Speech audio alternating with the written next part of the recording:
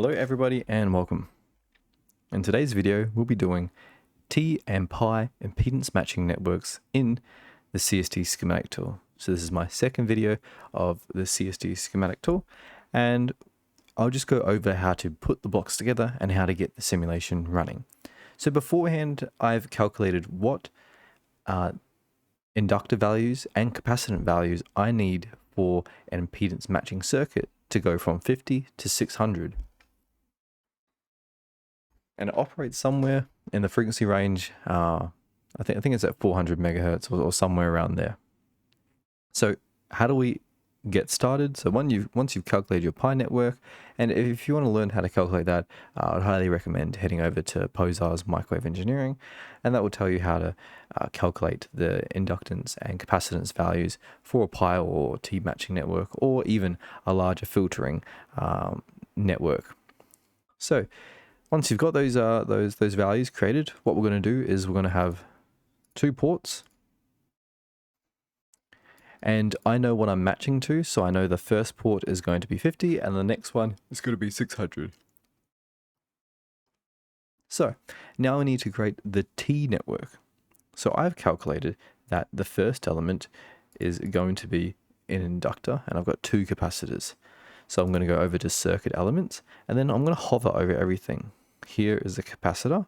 I'm clicking R to rotate it, and I'm going back to block selection. I need an inductor because it's a T network, and I'm going to copy and paste this capacitive network and then flip it back the correct way. So here's my T network. I have a ground at the bottom here, and I'm just going to connect. Let's try that one again. I'm going to connect the port, and I'm going to connect the capacitor and the port. Perfect. And then the final capacitor, and it's connected. Now I need to put the values in. So first I'm going to go over to the inductance value, and it's in nanohenry. And I need 199 nanohenry is what I calculated. Now for the C2 element, I need 0.57 picofarad. So pico and then 0.57. Okay, and the final is 0.24 picofarad. Now I'm going to go picofarad again, and then click over to 0.24. Okay. Now, once I've got those two values of capacitance and a single value of inductance, I am ready to set up the frequency environment. So, task S parameters. Now remember, depending on what version you're using, either this screen will pop up, or if it doesn't, click over to S parameters, and then something in the bottom two screens should pop up stating the min, max frequency, number of points, and so forth. I know it's going to be between 0 and 1, and I just want to increase the fidelity maybe up to 10,000 points this time. Now once I've done this, this is when I need to state what the port impedances need to be. So I've designed this T network for 50 ohms port 1, 600 ohms port 2. I'm clicking over to S parameters. I do not want it to be clock dependent. I want both of them to be a constant, and I want the final one to be 600. Once that's done, I'm going to click update. I'm going to navigate over to my S parameters. So there we go. There's my impedance matching circuit. However, normally you'd see, for example, a port on one side and maybe a resistive load or a complex load. We can do that as well. By putting a port, you also get clarity about the S21 or 12 about it, but we can also disconnect the port and we'll get the exact same results if we put a load. I might actually copy and paste. Copy, paste the full network. Let's delete port 4 and place a resistive load. 600 ohms. And I also need a ground.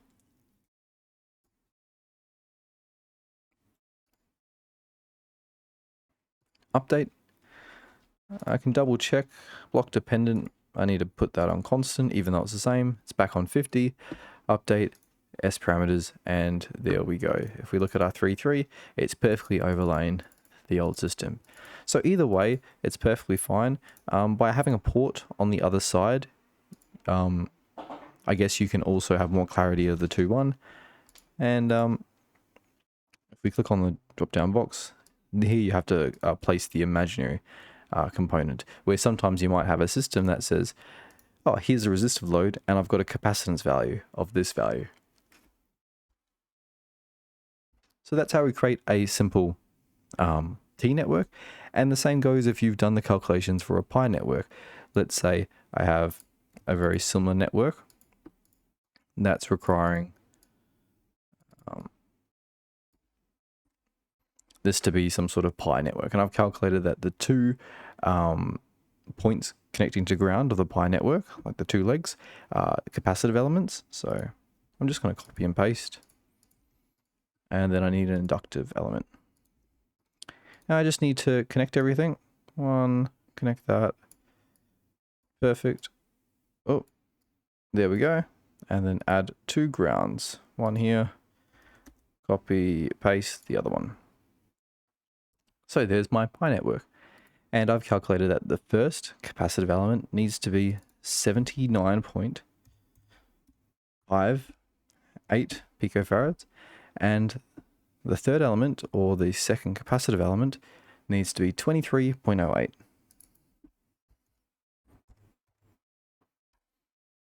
And then lastly, I need 8.83 nanohenries.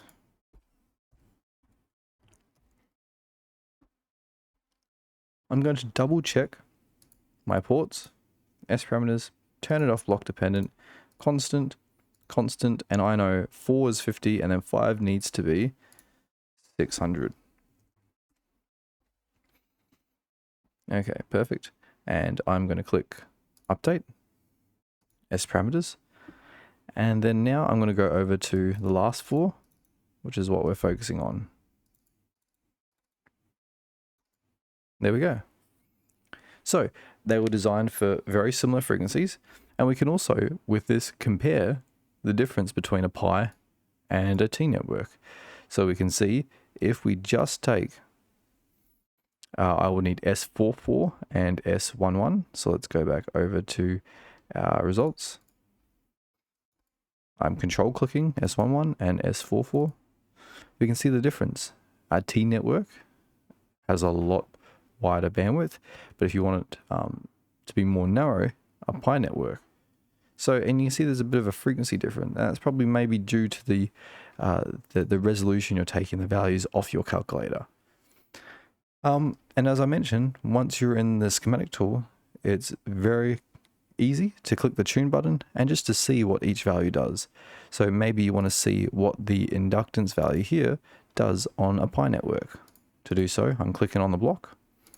I'm going to call IND and I'm writing 8.83. I can click the tune button now. Here's my value.